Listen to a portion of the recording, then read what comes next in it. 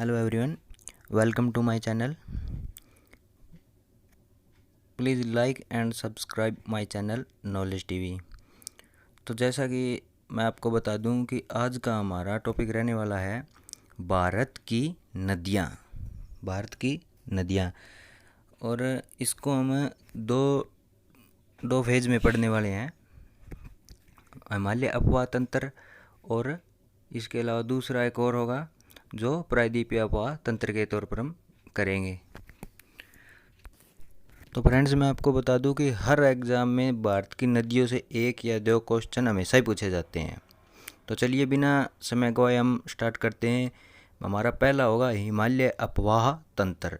पहला टॉपिक है हमारा हिमालय अपवाह तंत्र। तो इसके अंदर हम हिमालय की नदियों का अब वो करने जा रहे हैं, हिमालय की नदियों के ऊपर ही चर्चा करेंगे। तो इसके अंदर सिंधु नदी तंत्र, गंगा नदी तंत्र और ब्रह्मपुत्र नदी तंत्र, इन तीनों नदियों के इनकी लंबाई, इनकी सहायक नदियों के बारे में, ये कहाँ से निकलती है, कहाँ पे ख़त्म होती है, कहाँ कौन से सागर में जाकर गिरती है, हम इन्हीं के ऊपर चर्चा करने वाले हैं। तो फ्रेंड्स, वीडियो को स्टार्ट करने से पहले मैं आपको एक, दो और तीन टॉपिक बताने जा रहा हूँ जिनके ऊपर हम डिस्कस करेंगे वीडियो को स्टार्ट करने से पहले। और ये जो टॉपिक मैं आपको बताने जा रहा हूँ ये वीडियो से ही रिलेटेड है, जो आपके कहीं ना कहीं सस्पेंस होगा, उन सस्पेंस को क्लियर करने के लिए आपके लिए फ़ायदेमंद होंगे। तो इसके अंदर पहला टॉपिक है एस्चुरी। तो जैसा कि मैं बता दूं आपको कि आधा बंद खारे पानी का क्षेत्र जहाँ नदियों का ताज़ा पानी समुद्र के खारे पानी के साथ आकर मिल जाता है। मतलब समुद्र के, जैसा कि हम सभी जानते ही हैं कि नदियाँ सारी समुद्र के अंदर जाकर समाप्त हो जाती है, परंतु कई बार ये देखने को मिलता है कि वहाँ पर समुद्र के आगे जो इलाका आ जाता है समुद्र का, वो नदियाँ समुद्र के अंदर गिर तो जाती है परंतु वहाँ पर वो खुला नहीं मिलता, उनको त्रिकोणा मिल जाता है। और वहाँ पर ये होता है कि उसके अंदर खारे पानी के अंदर नदियों का पानी मिल जाता है और आधा बंद मिलेगा आपको। वो ये हमेशा ही आपको जो एस्चुरी होगा ये बंद होगा, जैसा कि मैं आपको दिखा। तो फ्रेंड्स, आप इस पिक के अंदर देख भी पा रहे हो कि इसके अंदर नदियाँ तो आ रही है परंतु नदियों को समुद्र में मिलने के बाद उनको खुला समंदर नहीं मिल रहा है। यहाँ पर त्रिकोणी, ये जल यहाँ से तिकोने भूमि के टुकड़े के इधर इर्द गिर्द घूम रहा है। और नेक्स्ट पॉइंट है डेल्टा। डेल्टा क्या होता है? एक बड़ी नदी कई धाराओं में बंट जाती है और जहाँ पर उसका विभाजन होता है वहाँ मिट्टी जमा हो जाती है। जमा मिट्टी का टुकड़ा ही डेल्टा कहलाता है। और ये बता दूं कि डेल्टा एक उपजाऊ मिट्टी होती है। और थर्ड है अपवाह तंत्र। जब कई छोटी नदियाँ आकर एक बड़ी नदी का निर्माण करती है तो यह अपवाह तंत्र कहलाता है। मतलब कई छोटी छोटी नदियाँ मिलकर एक बड़ी नदी का निर्माण करेगी। इसमें छोटी नदियाँ कई होगी और वो एक जगह मिलने के बाद एक बड़ी नदी का निर्माण करेगी, ये अपवाह तंत्र कहलाता है। तो चलिए चर्चा करते हैं हिमालय अपवाह तंत्र। तो चलिए स्टार्ट करते हैं सिंधु नदी तंत्र। सिंधु नदी तंत्र के हम सिंधु नदी तंत्र के अंदर हम ये ज्ञात करने वाले हैं कि सिंधु नदी का उद्गम स्थान कहाँ है, कहाँ से होकर ये गुजरती है, कौन कौन से राज्य से गुजरती है, कौन इसकी सहायक नदी है और कहाँ पे जाकर ये ख़त्म होती है। तो हमारी पहली नदी है जैसे कि सिंधु नदी। तो यह नदी आप देख पा रहे हो कि 3 देशों से होकर गुजर रही है, चीन, भारत और पाकिस्तान से। पश्चिम में वैसे देखे जाए तो सिंधु नदी की प्रमुख सहायक नदी काबुल, कुरेम नदियां हैं जो कि पाकिस्तान की नदियां हैं, भारत से इनका कोई रिलेशन नहीं है। आप पिक के अंदर देख पा रहे हो कि एक रेड ब्लैक सर्कल लगा हुआ है, तो ये है चीन के मानसरोवर, चीन का मानसरोवर। और सिंधु नदी का उद्गम चीन के मानसरोवर के पास से माना जाता है और यहाँ से यह नदी उत्तर पश्चिम की ओर बहती हुई भारत में प्रवेश करती है। भारत में यह नदी लद्दाख के दमचौक के पास से भारत में प्रवेश करती है और ये नदी आगे बढ़ती है और गिलगित से होते हुए दर्दिस्तान के पास पाकिस्तान में प्रवेश करती है। और यदि इसी नदी को हम पाकिस्तान के नक्शे में देखें तो यह कराची के पूर्व से होते हुए अरब सागर की ओर बढ़ जाती है और अरब सागर के अंदर जाकर इसका विलय हो जाता है। और यदि ऊपर की तरफ देखा जाए तो भारत का लेह शहर, जो रेड डॉट के साथ आपको दिखाई दे रहा है लेह, वहाँ पर है और यह सिंधु नदी के दाएं तट पर स्थित है। तो ये यहाँ पर ये क्वेश्चन अराइज होता है कि भारत का कौन सा शहर सिंधु नदी के दाएं तट पर है। कौन सा शहर है? लेह। लेह शहर है, सिंधु नदी के दाएं तट पर स्थित है। और इसके अलावा हम यहाँ पर चर्चा करने जा रहे हैं कि इसकी कितनी सहायक नदियाँ हैं। जैसा कि आप देख पा रहे हो कि इसकी 5 सहायक नदियाँ हैं, झेलम, चेनाब, रावी, व्यास और सतलज। और अब हम इन नदियों के बारे में भी सब चर्चा करने जा रहे हैं। तो जैसा कि आपको बता दूं कि सतलज और चेनाब दो सबसे इसकी बड़ी सहायक नदियाँ हैं। और चेनाब नदी का उद्गम हिमालय के 12 लारा दर्रे से होता है। कहाँ से? के 12 लारा दर्रे से इसका उद्गम होता है। और इसके अलावा चेनाब नदी का निर्माण दो नदियों से होता है। किनसे? चंद्रा और बाघा से। इसलिए इसे चंद्रभागा के नाम से भी जाना जाता है। और यह नदी पाकिस्तान में जाकर सिंधु नदी में मिल जाती है और ये इसकी सबसे बड़ी सहायक नदी है। इसके बाद आती है अगली नदी, झेलम नदी। और फ्रेंड्स, मैं आपको बता दूं कि झेलम नदी का उद्गम स्थान कश्मीर घाटी के बैरीनाग के निकट से होता है। कहाँ से? कश्मीर घाटी के बैरीनाग के निकट से होता है। यह नदी 170 किलोमीटर लंबी है। भारत पाकिस्तान सीमा का निर्माण भी करती है और 170 किलोमीटर लंबी होने के साथ साथ भारत पाकिस्तान सीमा के साथ से गुजरेगी। और यह उसके बाद यह नदी पाकिस्तान में जाने के बाद पाकिस्तान के जंग के निकट, कहाँ पे? जंग के निकट चेनाब नदी के अंदर विलय होगी। ये नदी पहले चेनाब नदी के अंदर विलय होगी और उसके बाद ये नदी सिंधु नदी के अंदर विलय होगी। और हमारी सिंधु नदी की अगली सहायक नदी है रावी। रावी नदी हिमाचल प्रदेश के रोहतांग दर्रे से निकलती है और यह भी चेनाब नदी में ही मिलती है। मतलब यह नदी भी सीधी जाकर सिंधु नदी के अंदर नहीं गिरती। इसका विलय भी पहले चेनाब नदी के अंदर होता है और इसका विलय चेनाब नदी में होने के बाद जब इसका विलय सिंधु नदी में होगा, वो भी पाकिस्तान में होगा। और इसका विलय जहाँ पर झेलम का होता है वहीं पर इसका चेनाब नदी के अंदर जहाँ झेलम का होता है वहीं रावी नदी का विलय होगा। कहाँ पे होगा? जिस तरह झेलम नदी का पाकिस्तान में विलय जंग में हो रहा है, उसी तरह रावी नदी का भी विलय जंग क्षेत्र में ही होगा। सिंधु नदी की अगली सहायक नदी है सतलज नदी। सतलज नदी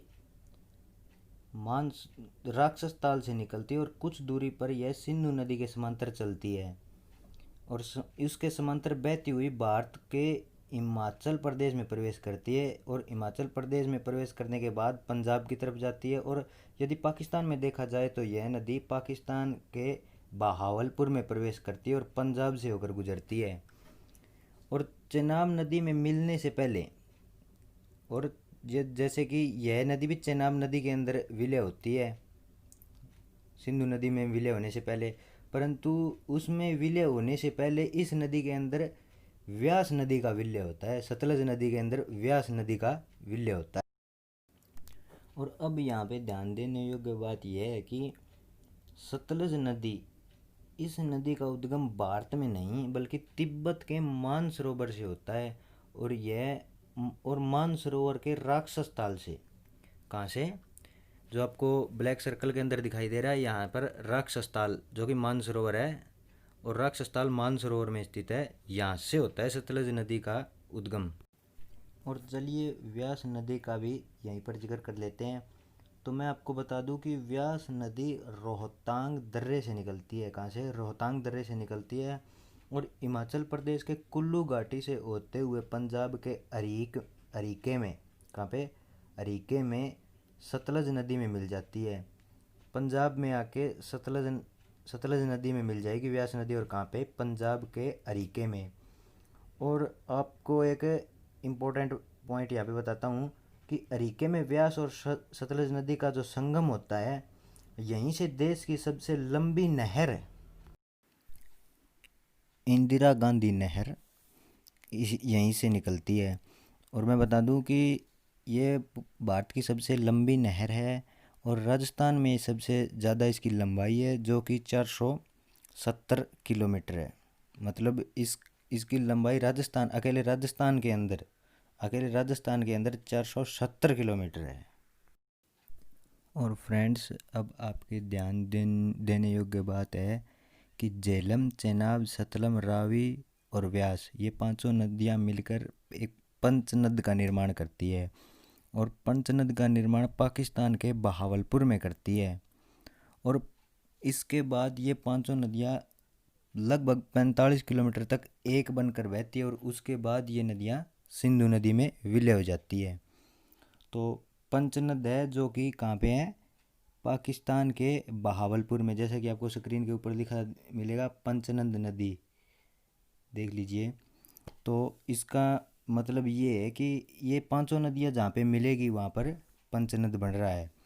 और पंचनद के बाद ये उसके अंदर विलय हो जाती है 45 किलोमीटर चलने के बाद। और उसके विलय होने के बाद ये अरब सागर की तरफ पहुंच जाती है। तो हमारा नेक्स्ट टॉपिक है गंगा नदी तंत्र। तो गंगा हमारे देश की सबसे लंबी नदी है। इसकी लंबाई भारत के अंदर 2071 किलोमीटर है और इसकी कुल लंबाई 2525 किलोमीटर है। बाकी 2071 के अलावा जो बाकी लंबाई है वो बांग्लादेश के अंदर है। तो चलिए गंगा नदी तंत्र की बात करते हैं। तो ये बता दूं मैं आपको कि गंगा नदी अलकनंदा और भागीरथी, दो नदियों जो कि देवप्रयाग में मिलती है, यहाँ से गंगा नदी का उद्गम माना जाता है, दो नदियों के संगम से। और भागीरथी कहाँ से आती है, गोमुख से शुरू होती है। शुरू अर्थात उद्गम स्थान माना जाता है। भागीरथी गोमुख से इसका उद्गम स्थल और अलकनंदा का इस दूसरी तरफ से हो रहा है। और ये बता दूं कि इस अलकनंदा की भी अपनी खुद की सहायक नदियां हैं, जैसे मंदाकिनी, पिंडार, धौली गंगा। और पिंडार जो नदी है जो वह कर्णप्रयाग में आकर अलकनंदा में विलय होती है। मंदाकिनी है वो रुद्रप्रयाग में आकर विलय होती है। और धौली गंगा है वो विष्णुप्रयाग में आकर विलय होती है। इसके अलावा प्रसिद्ध तीर्थ स्थल केदारनाथ जो कि अलकनंदा नदी के दाईं तरफ है, और बद्रीनाथ जो कि बिल्कुल अलकनंदा नदी के उद्गम स्थल के पास है स्थित है। उद्गम के पास स्थित है बद्रीनाथ। और ये दोनों एक भारत के प्रसिद्ध तीर्थ स्थलों में काउंट किए जाते हैं। और जैसा कि आप देख पा रहे हो, अलकनंदा नदी और भागीरथी नदी दोनों का एक जगह पर विलय होने के बाद गंगा नदी का उद्गम हो रहा है। कहाँ पे, देवप्रयाग में। गंगा नदी का उद्गम कहाँ हो रहा है, देवप्रयाग में। तो चलिए गंगा नदी तंत्र को आगे बढ़ते हुए हम इसके सहायक नदियों, इसके उद्गम स्थल और इसके ब्रह्मपुत्र में विलय तक और उसके बाद बंगाल की खाड़ी तक का चर्चा करते हैं। तो उत्तराखंड से निकली गंगा उत्तर प्रदेश, बिहार होते हुए पश्चिम बंगाल तक बहती है और पश्चिम बंगाल में दो धाराओं में बंट जाती है। जैसा कि आप देख पा रहे हो, एक धारा उगली नदी बन जाती है और एक फरक्का, दो धाराओं में बंट जाती है। उगली व मुख्य धारा भागीरथी फरक्का में बटेगी और फरक्का स्थान है जहाँ पे इसके दो टुकड़े हो जाएंगे, दो धाराओं में बंट जाएगी, एक उगली और दूसरी मुख्य धारा भागीरथी। और जैसा कि आप देख पा रहे हो कि जहाँ पे पद्मा लिखा हुआ है, ये भागीरथी नदी है जो भारत में दो धाराओं में बहने के बाद एक को, जिसे भागीरथी कहा गया है, वो बांग्लादेश में प्रवेश कर जाती है। और बांग्लादेश में इसे पद्मा के नाम से, किससे, पद्मा, बांग्लादेश में पद्मा के नाम से जाना जाता है।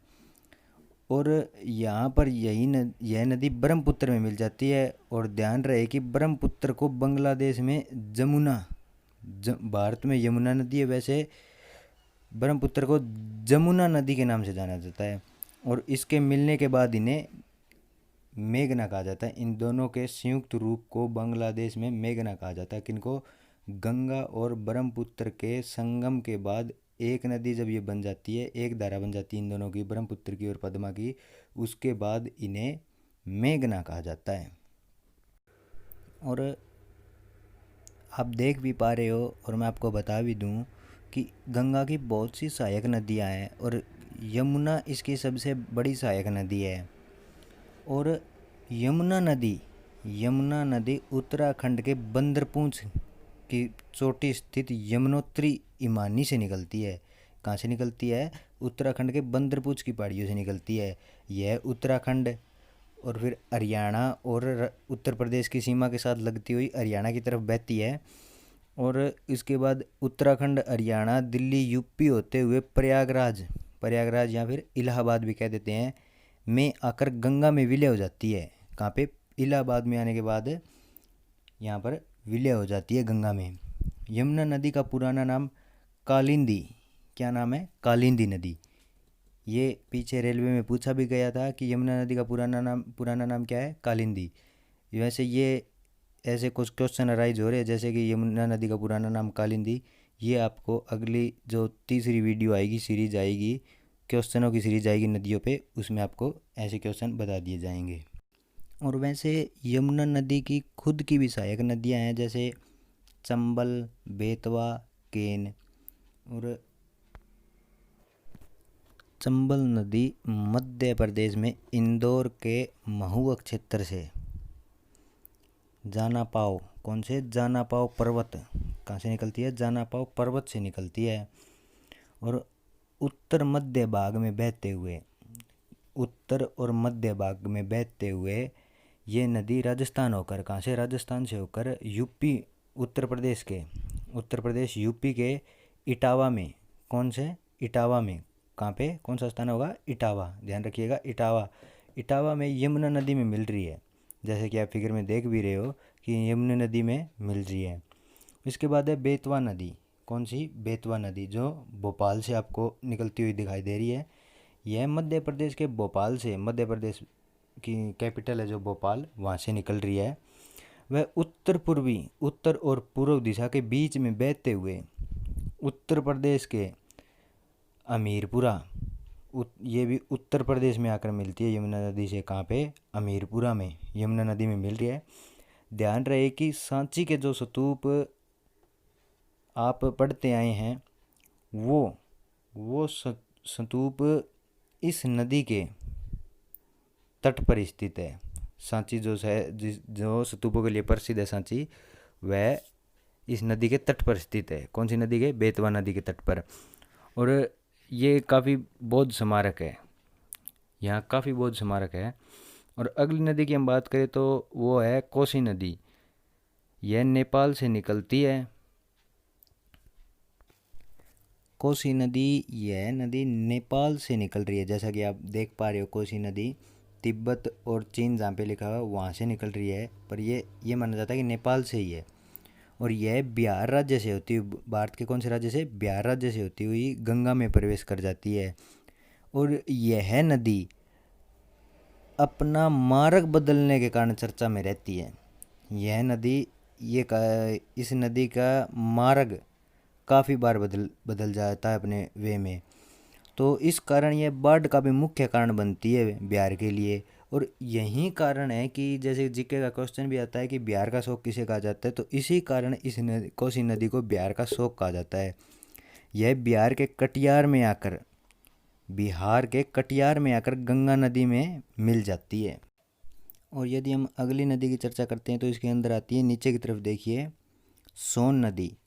सोन नदी मध्य प्रदेश के अमरकंटक स्थान से इसका उद्गम है। और ये उत्तर की ओर बहती हुई, कहाँ बहेगी? उत्तर की तरफ बहती है और पटना के निकट गंगा में मिल जाती है। यह बिहार में पटना के निकट आकर गंगा में मिल जाती है।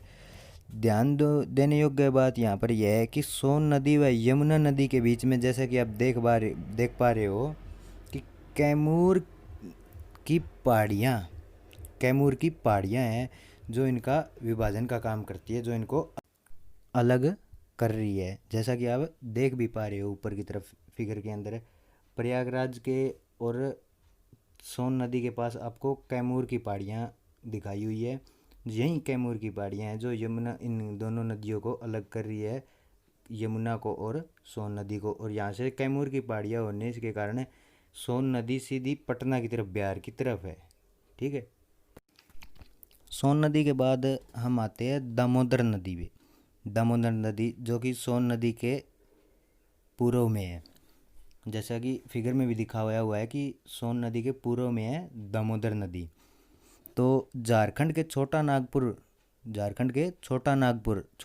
के पठार से बहती हुई उगली नदी में आकर मिल जाती है। उगली नदी जो कि गंगा की दो धाराओं में से एक धारा है। किस में मिलती है? ये मिल जाती है उगली नदी में, दामोदर नदी। इस नदी में आने वाली अचानक बाढ़ के कारण इसे बंगाल का अभिशाप किसे कहा जाता है? तो क्वेश्चन बनता है कि बंगाल का अभिशाप किसे कहा जाता है? दामोदर नदी को। और यहाँ पे आपको एक बात और बता दूं कि इस नदी में अत्यधिक प्रदूषण होने के कारण इसे जैविक मरुस्थल कहा जाता है। इस नदी को क्या कहा जाता है? जैविक मरुस्थल। ये क्वेश्चन राइज होता है, जो कि आपको थर्ड वीडियो में बता दिया जाएगा।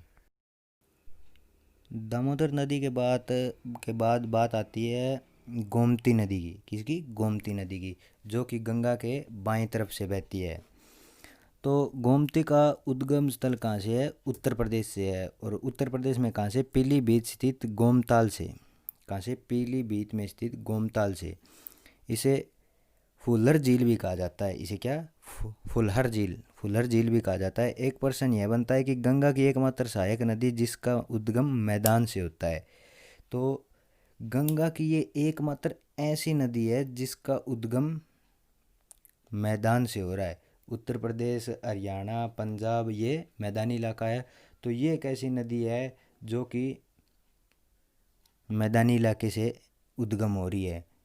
और यदि देखा जाए तो हरियाणा और से बह के जरूर आ रही है यमुना नदी, परंतु उसका बंदरपूछ की पहाड़ियों से उद्गम हो रहा है। और इसके अलावा यदि हम बांग्लादेश के अंदर देखें तो यदि बांग्लादेश के अंदर जाने के बाद दूसरी धारा को, जो एक उगली के अंदर डिवाइड हो जाती है गंगा और दूसरी जो बांग्लादेश के अंदर जाती है, इसके अंदर ऊपर से आसाम की तरफ से ब्रह्मपुत्र नदी आकर मिलती है।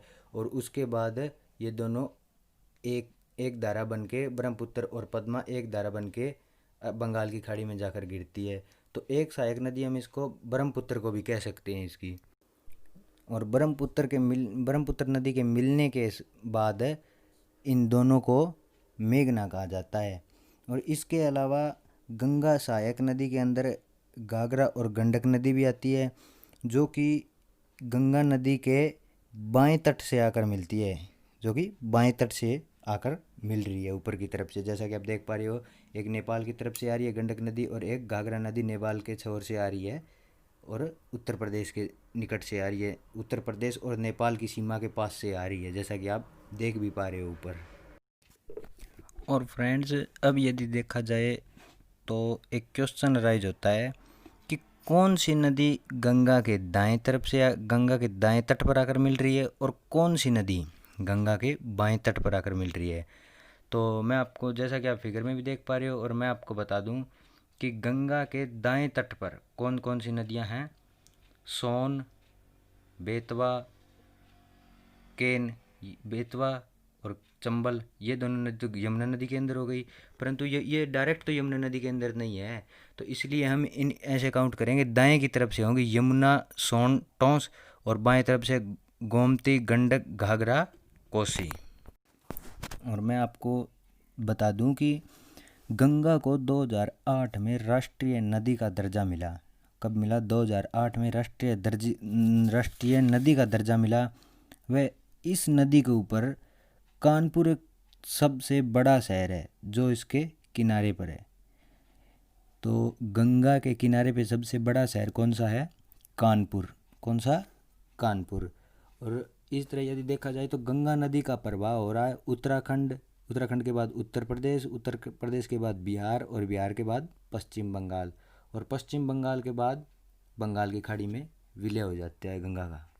तो चलिए अब नेक्स्ट टॉपिक पे आते हैं।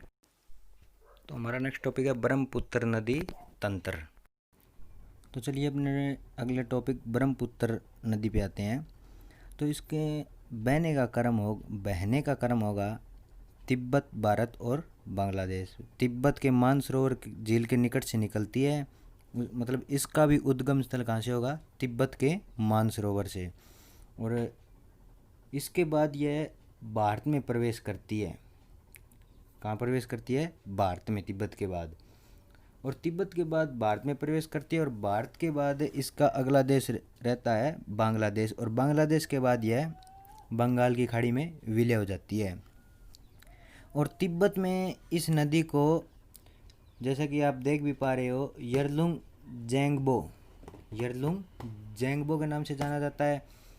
और इसके अलावा इसे दूसरा नाम सांगपो भी कहते